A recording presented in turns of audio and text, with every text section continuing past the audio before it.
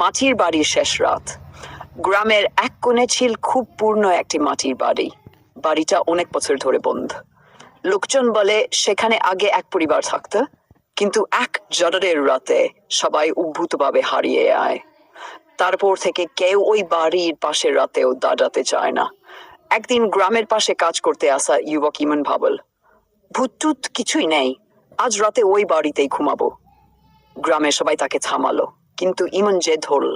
সন্ধ্যা হতে হতে সে লণ্ঠন নিয়ে মাটির বাড়িতে ছুকল। বাড়িতে চুকতেই একটা ভাবসা গন্ধ নাকে লাগল। ভেজা কাপড় আর পূর্ণ কাঠ পচে গেছে, মেঝেতে ধুলো, দেওয়ালে মাকড়াটাসার জাল। কিন্তু ইমনের ভয় লাগল না বর্ণশল। এত ভয় দেখা কেন গ্রামের লোকজন? বাড়িটা তো ঠিকই আছে। রাত 11টার দিকে ইমন লণ্ঠন নিভিয়ে শুয়ে পড়ল। কেউ হাঁটছে, কিন্তু বাড়িতে তো আর কেউ নেই। ইমন উঠে বসতে দেখে দরজার নিচ দিয়ে বাতাস নয়, বরং কালো ছায়া ভেতরে চুপছে। ধীরে ধীরে ছায়াটা থামল। তারপর খুব ক্ষীণ গলায় শোনা গেল, তুমি কেন এসেছ? ইমনের বুক ধড়ফড় করতে লাগল। লণ্ঠন জ্বালাতে গিয়ে তার হাত কাঁপতে লাগল। আলোজ বলতে না বলতেই দেখল দরজার সামনে দাঁড়িয়ে আছে একটা লম্বা শুকনো মানুষের মতো আকৃতি। মুখ নেই, চোখ নেই, শুধু ফাঁকা দুভাগ কালো গর্ত। ইমন পিছিয়ে গেল। সেই ছায়া মানবে গিয়ে এলো। তার পায়ের শব্দ নেই, শুধু খান্ডা জমাট বাঁধা নিঃশ্বাস। আমাদের ফিসফিসানি পুরো ঘর পড়ে গেল। হঠাৎ পুরো ঘর ঠান্ডা হয়ে গেল।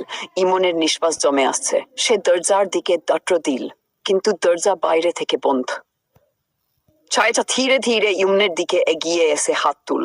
তার ভেতর দিয়ে কুয়াশা বের হচ্ছে। ইমন শেষ শক্তি দিয়ে জানালার দিকে ছুটে জানালা ভেঙে বাইরে লাফ দিল। গ্রামের লোকজন তার চিৎকার শুনে ছুটে এলো। ইমন জবান হারিয়ে পড়েছিল।